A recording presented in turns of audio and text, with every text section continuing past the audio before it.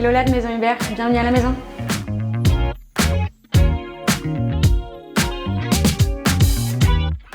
Le concept de Maison Hubert, c'est de créer une maison d'hôtes pour tous ceux qui voyagent à plus que 2. Quand on a décidé de faire cette maison d'hôtes pour les familles et les amis, vraiment on s'est imaginé où est-ce que nous on se sent le plus heureux, quel est l'univers qui nous met le plus dans cet état d'esprit de détente et de lâcher prise quand on voyage. Moi, une des premières choses qui est venue dans ma tête, c'est ma maison de campagne de famille.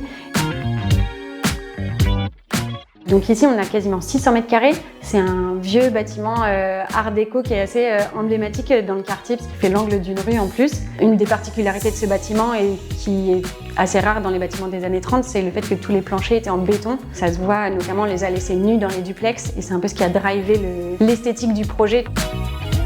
Quelque chose qui n'était pas là quand on est arrivé, c'est les sièges en béton qui ont été coulés et moulés directement sur place par un artisan. Et on a essayé de leur donner un petit côté théâtral avec justement ces gros rideaux en velours.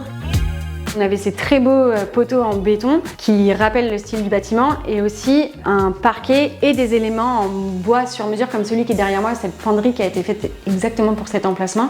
Et en fait, c'était facile pour nous de venir rajouter des éléments plus vintage comme des vieilles tables de ferme ou des vieilles chaises en bois parce que ça se marie super bien et ça vient faire un contraste moderne ancien avec le béton et c'est quelque chose qui vient réchauffer l'atmosphère.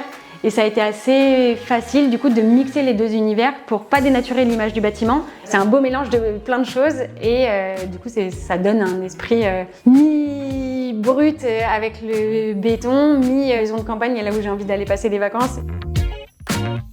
On a réfléchi à comment on pourrait agencer les pièces et ensuite comment je pourrais apporter ma patte à tous ces espaces. Donc ça passe par le choix des peintures, le choix des papiers peints, mais aussi tout le choix des mobiliers. Chaque suite a son univers coloré hyper fort. Ici c'est la bleue, on en a une verte, une jaune, une rose, une orange et du coup on a essayé de faire un peu des couleurs qui donnent un esprit un peu joyeux à toute cette maison.